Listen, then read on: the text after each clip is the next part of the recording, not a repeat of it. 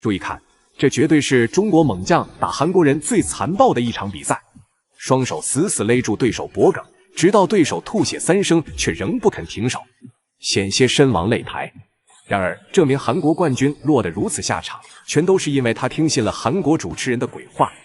好好请教 ，Made in China, no, Made in Korea, China。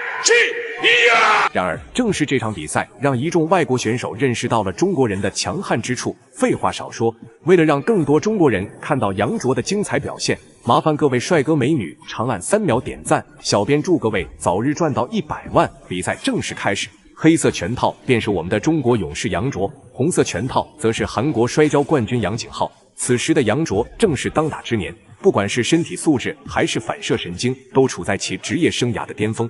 但没想到凭此实力都没能震慑住韩国官方，最终无奈只好和这名韩国冠军打上一场。表面上是邀请杨卓打比赛，实际上只不过是为了拿中国选手刷战绩罢了。但中国勇士丝毫不惧，当即飞往韩国接受韩国冠军的指名挑战，这次绝对要将中国功夫发扬到世界舞台。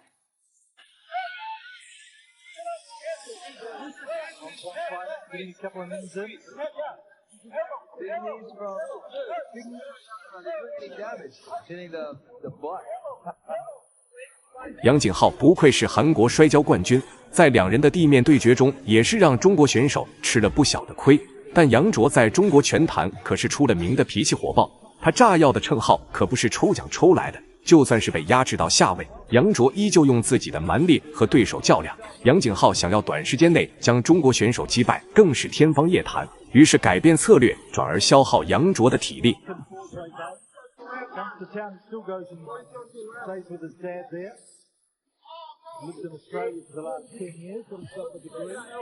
杨景浩也是深知中国选手的战力技术十分恐怖，所以也是将杨卓死死地压制在地面对决当中，根本就不给中国选手一丝逃脱的机会。但是由于两人打得太过认真，没有意识到已经来到了擂台的边缘，于是裁判为了比赛的公平公正，也是将两人拉开，带回擂台中央，重新开始比赛。这一插曲同时也是给到了杨卓一个调整状态反击的机会。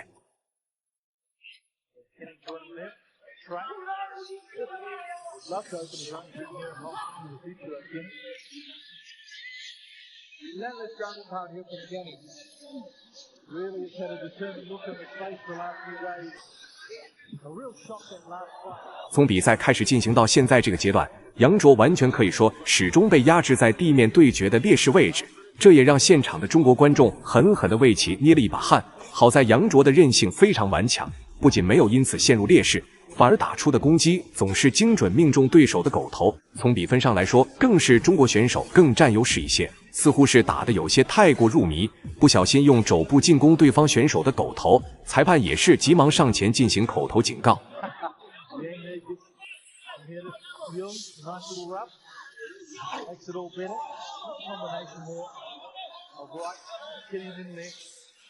A lot of energy so far in this fight. If it goes into the second and third round, I don't expect these guys to keep up this pace. Crowd really showing their affiliation here. Kenny, white tights. Got an explanation from Yang yesterday about Thunder. It's a mystery to some of us. 我们都知道，杨卓作为一名散打出身的职业选手，其战力能力一定是十分的强悍，但对手的打法非常具有针对性，想必在赛前也是对杨卓进行了一个彻夜的研究。这套打法也一定是在心里彩排了无数遍，但这样的压制早已让杨卓心中的怒火到达了一个临界值。只要他从地面挣脱对手的压制，绝对会用最凶猛的进攻给对手还以颜色。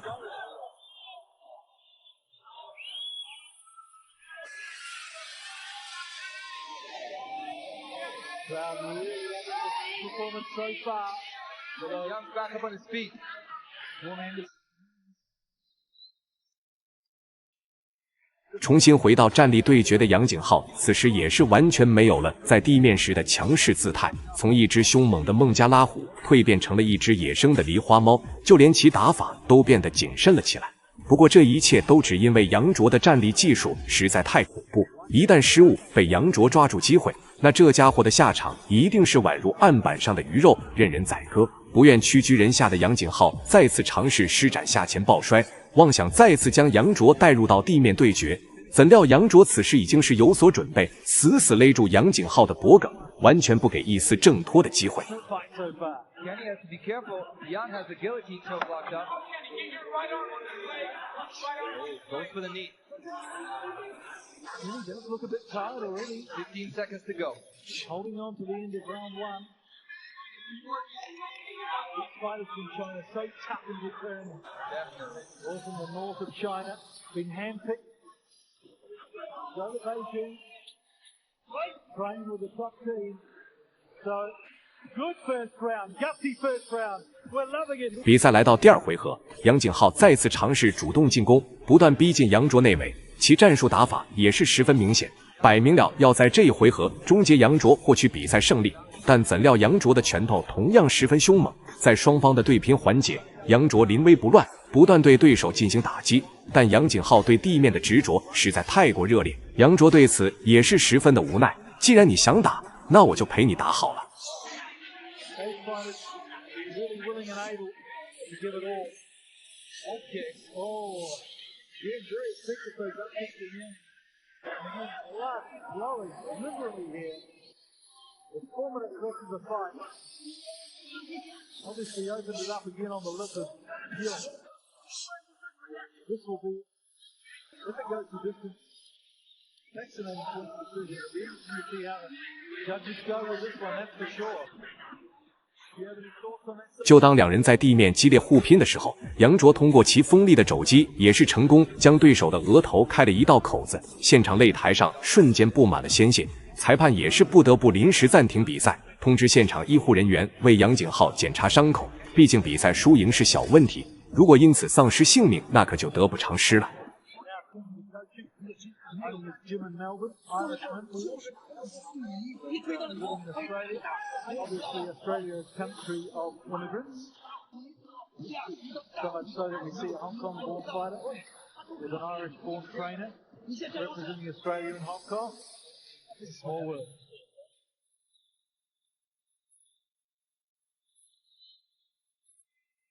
Familiar with these grappling style double leg takedowns that are really, really low. Those are exactly the kind of takedowns that Kenny is using over and over again here on Yak.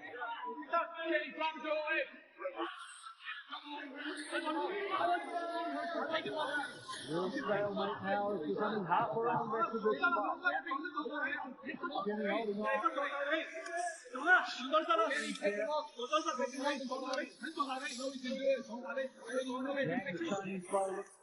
两人的对拼依旧是非常的激烈，不管是炸药杨卓还是韩国冠军杨景浩，两人都使出了浑身的解数，想要将对方置于死地。然而，在这个擂台上最过瘾的事情，也不过就是在对方最擅长的领域将其终结。杨卓此时也已经改变了自己的战术打法，开始为接下来的地面缠斗环节中降服对手做准备。不管对手的反抗怎样激烈，杨卓始终贯彻自己心中的信念：能动手绝不多废话。It's deep. This is trouble for Kenny Young. Just seems to have run out of gas in the last 30 seconds, Kenny Young. Can he hold on? Could be anybody's fight on decision here. But Kenny's really just got to come back, make the most of this last minute and a half. Kenny looks so exhausted. Done so well so far. Will he be able to maintain a lead? This is where they really need the local crowd to kick in. He's found the strength somehow to lift Yang off the ground. Oh, that jump's deep. Oh, no, this looks bad for Kenny. Kenny holding on. He's got a minute to go. Looking in real distress now, Kenny. 对手直接拍手发起投降，最终杨卓也是不负众望，在对手最擅长的地面对决里，用一记背后裸脚直接将对手降服。这个结果是令现场所有观众都没想到的，杨卓的表现实在是太精彩了。那么最后也是让我们恭喜杨卓拿下本场比赛的胜利。本期视频到这里就结束了，观众朋友们，我们下期再见。打中国的死神。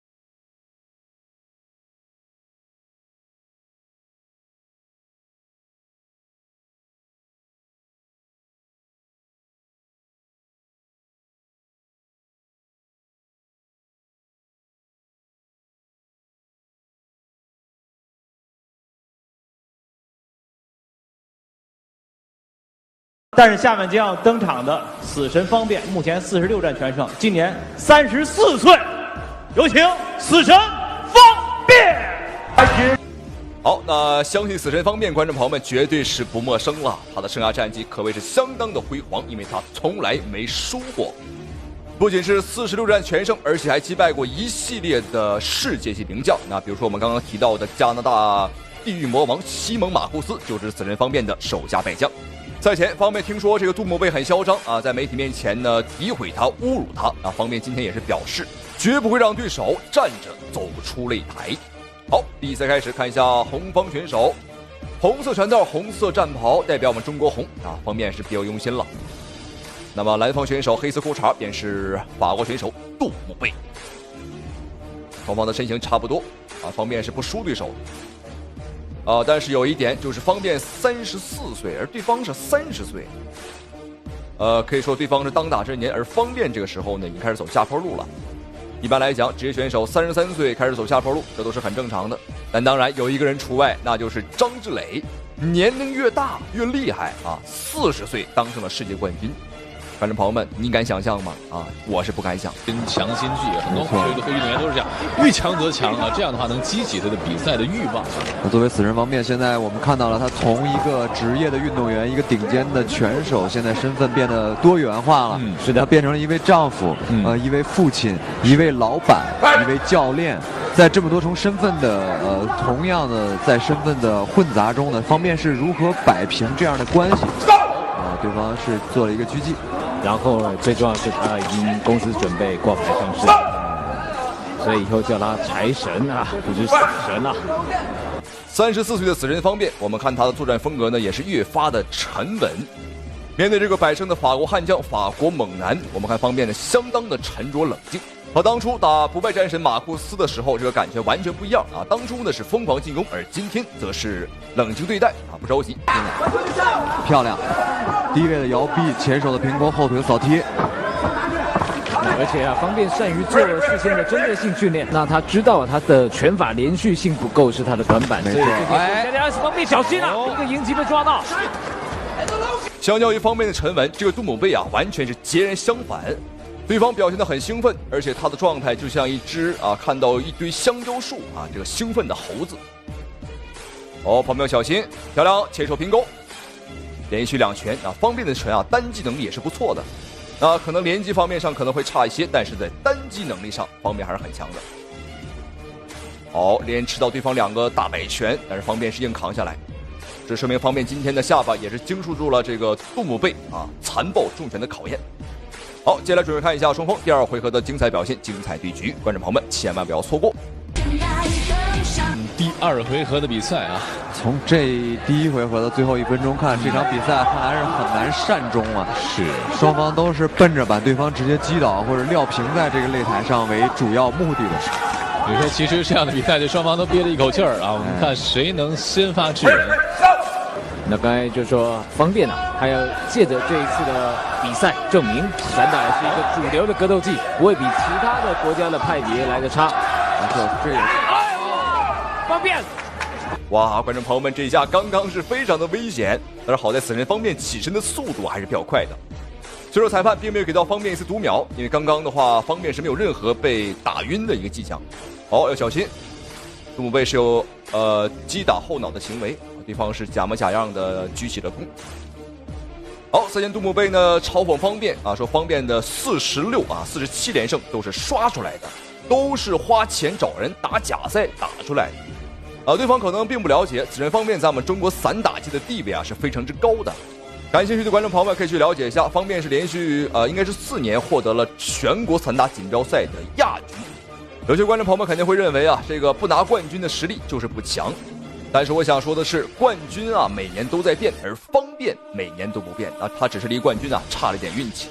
因为方便每次在锦标赛拿到亚军的时候和冠军只差那么1-2分所以说呢实力上漂亮，后手打得很准大脚踹脸，这是方便擅长的一个招式。那这一招呢伤害不大，但侮辱性极强。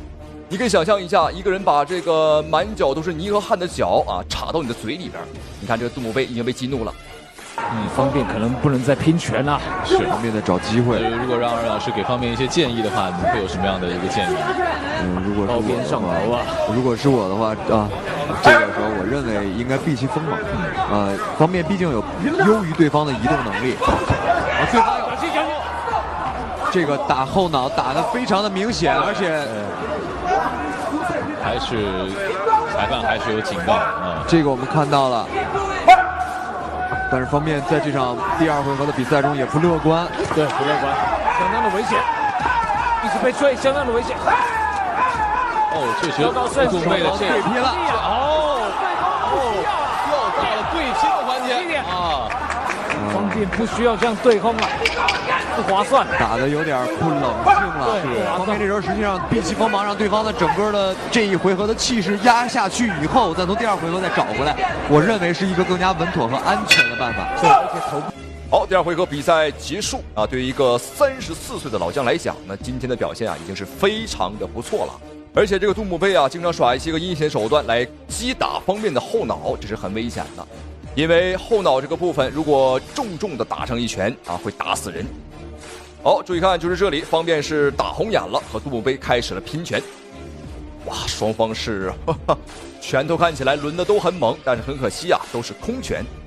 好，接下来准备看一下双方第3回合的表现。那这里就废话少说，大家不要认错了啊！红方选手死神方便，那皮肤黝黑的便是法国悍将杜姆贝。过了头，那在上一回合当中，应该说稍稍的有一点劣势，一定要小心，对方在找机会了。最后这个重要了，对方在找机会了。我们看对方的眼神已经没事，不是强毒，你自己跑到中立角这个耍宝，法国选手来耍宝，还以为躲到那边了，裁判就会强毒。应该说杜姆贝的这个整个的表现欲还是非常强的。这个摇闪说一定要放松，你不要着急。方便这个时候心态有一些这有点着急，手都不拿高啊，出边腿效果。漂亮，后摆，漂亮，突击，想了很久，想到了这一招。虽然说死神方面已经34岁了，但是观众朋友们，我们看死神方面随着比赛的深入啊，他的状态和一些进攻节奏啊，也慢慢找了回来。好，没关系，这属于方面在转身摆腿的过程当中啊，身体发生了失衡啊。虽然说目前已经到了最后一个回合，双方局面上看起来啊是杜姆贝好像打得很凶，但实际上观众朋友们，我可以很负责任的告诉你啊，方便的分数绝对是不低于对手的。因为方面的每一次进攻啊，打得都很精准啊，更擅长打点数，而杜姆贝更像是一头野牛，像发了疯的野牛，只知道猛打猛冲，很野蛮。我相信啊，依然采取的就是非常习惯的这个套路啊，车踹前后手的转控制。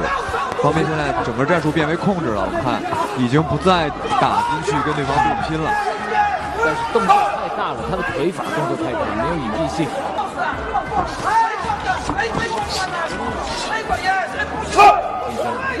觉得方便这几波的攻击啊，他都不算有效的攻击。时间呢在慢慢的推移，我们看看双方是不是有什么样的战术的变化。心态平衡的方面来说，应该对防御这样的腿法不是那么的难，这样的拳法不是那么的难。是的，而且刚才说了，杜姆贝他那个整个看一下，平局，加赛一局。观众朋友们，万万没有想到，本场比赛的结果竟然是平局啊！对于一个34岁的老将死神方面来讲呢，打4个回合啊，体能上我现在是很担心的。好漂亮，我觉得可以多用一些这种拖拽啊、放倒的战术，这样一来比赛的时间流失的可能会比较快啊，在局面上也比较好看。方便直接前手刺拳拿臂往外一顶，看来方便就是要打距离了。是。哦呦，双飞踢！比赛到了第4回合，对方体能啊还是很充沛啊，连这种凌空的双飞踢、2踢脚还能用得出来。但是刚刚看死神方面腿法也不赖啊，也有一些腿法的反击调整，而且呢非常重要。这个方面做了很多后摆踢啊，就是后摆踢没有配合假动作的话，是基本上踢不到。特别是在对方如果不前防备的时候，对，很难。你必须小退一步的时候再做这个后摆踢，比较有用。方便在找点位，你看吗？他是在找前冲的这个刺拳的明晰，我打得很清晰的进攻，看又一拳，是要这种一下一下的累积。所以呢，拳呢是很重的，相对来说，对方的拳没有方便的拳突发速度快。对，那这样方便可以一拳一拳累积自己的优势，也是一个不错的战术。是的。而且现在看杜贝，其实整个前几回合打的看起来好像这个比较有效果。双方第4回合的加时赛马上结束。那纵观整场比赛，我觉得方面啊，第4回合现在的发挥是最好的。现在方面，你看打完就走，不再和对方这个杜姆贝去疯狂的拼拳，对方毕竟是比较年轻啊，没有错啊，没有错，溜起来，移动，对的，移动，不断突袭，不断移动，好，对。小心啊！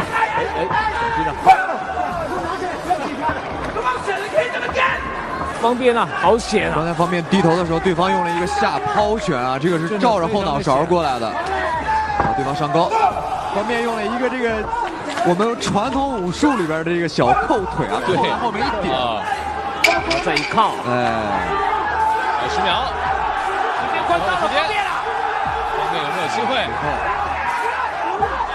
再来一下，方便，对啊，你不要让。好，观众朋友们，这场中法大战终于结束。那方面和这个法国拳王杜姆贝大战了4个回合，我们看一下最终这一场比赛的打分。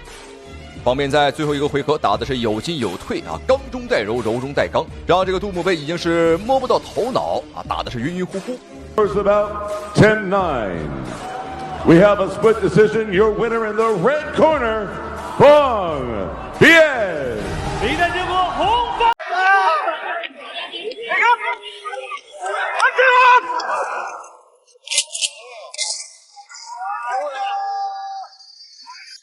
中国抗日奇侠杀入日本参赛，专打日本黄毛。遇到他的日本黄毛，不是被打成担架当场抬走，就是被乱拳打到猝死擂台。总而言之，没有任何一个日本黄毛能在他的面前站着走出擂台。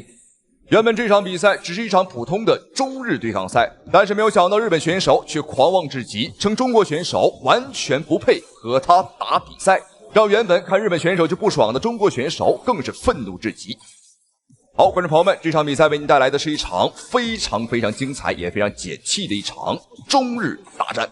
一位抗日奇侠、抗日小将来到了日本东京，那这名小伙子非常有特点，他专打日本黄毛。你没有听错啊！只要看到日本人啊，他是什么杂毛、小黄毛，他立马就会发起挑战。好，我们注意看他的对手正好啊，他就是个小黄毛。好，我们注意看红方选手红色拳套便是中国小伙子王雷，抗日奇侠。而这个小杂毛，这个蓝方选手便是日本选手苍田保佑。我们注意听他的名字啊，苍田保佑，好像是苍天保佑。希望老天能保佑他一会儿啊不被打死。好，仔细看对方的小黄毛还是个杂毛啊，不够黄，有黑的有黄的，但是这不重要，只要他有黄毛，我们中国小伙子王雷啊就照打不误。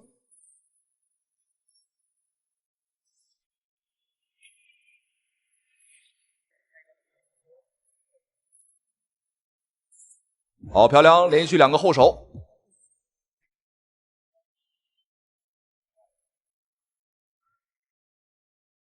后摆前摆，哦顶膝，哦王雷打得很准啊！我现在好像知道王雷为什么喜欢打小黄毛了啊，因为这个对方的脑袋很亮啊，对于王雷来讲呢，这就是迷雾当中的一盏明灯，打得准也是应该的。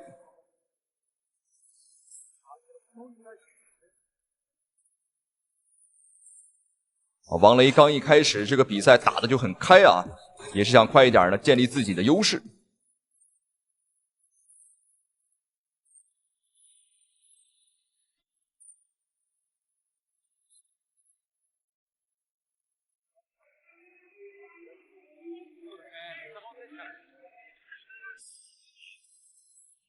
这一下应该是对方有撞到王雷的头。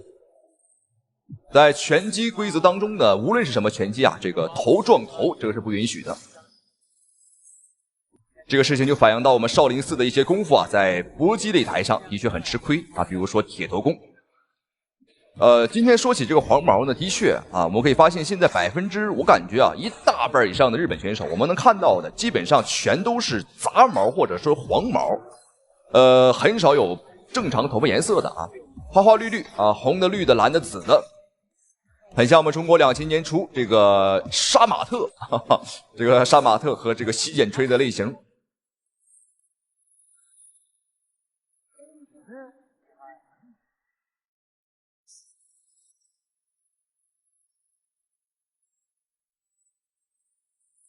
王雷连续的摆拳，左右开弓，顶膝，哦哟，顶膝打晃，这一下读秒没问题。我们看苍田保佑，他的苍田没有保佑他，而且他的鼻血已经被打出来了。王雷持续的猛攻，哦，这是想一鼓作气拿下对手。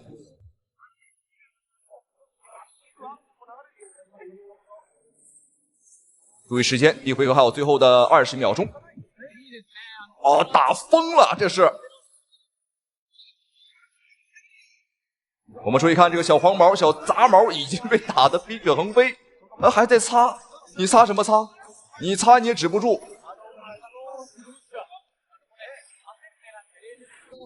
哦，日本选手现在是非常狼狈啊，小发型也乱了，叫鼻血也被打出来了。好，第一回合比赛结束，这位中国小将王雷的表现啊，果然是没让我们失望。他的每一拳打的这个日本小黄毛的头上，我们看的是非常的过瘾，那就是一个字爽。好，来看一下精彩回放，看一下王雷的每一拳是如何打到对方的狗头上。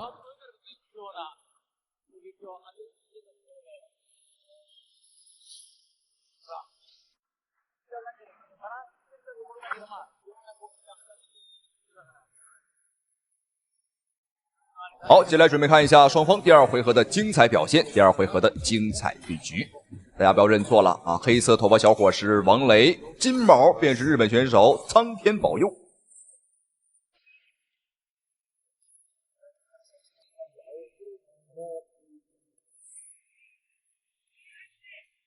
王雷，哇，第二局刚一开始便火力全开，哦呦，前摆，前手摆拳。哦，这一下我们看日本的小杂毛已经是躺到地上，口鼻喷血。看来他的名字没有什么作用啊，他的祖先，他的爷爷并没有保佑他。好，非常的精彩。这一拳的话，我感觉日本选手啊，就算是不死，他的职业生涯恐怕到此啊应该要结束了，因为这一拳很重。看到日本选手这么惨，我觉得此时此刻应该响起一曲悲伤的歌曲。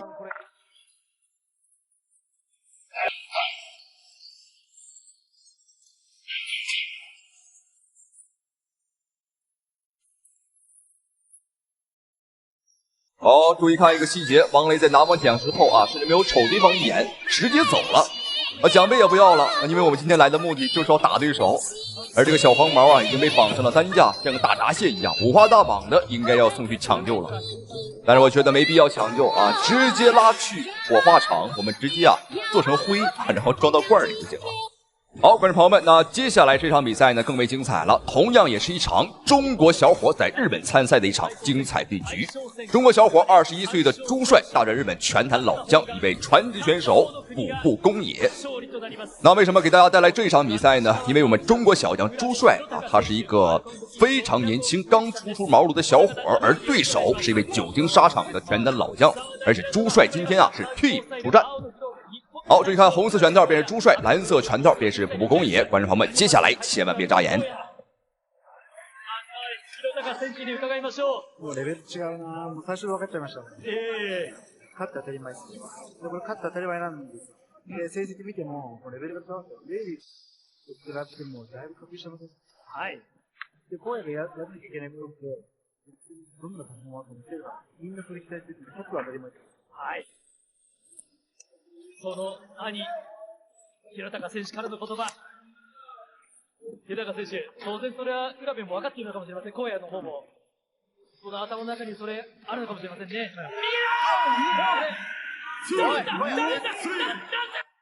没有错，观众朋友们，你没有看错，中国小将朱帅仅用时不到1分钟啊，打晃了，再也站不住了。在不被任何人看好的情况下，朱帅这个小伙子完成了一场不可能完成的战斗啊，完成了逆转，创造了奇迹。那么恭喜这位年轻的小伙，同时也非常感谢屏幕前您的收看与支持，咱们下期视频再见。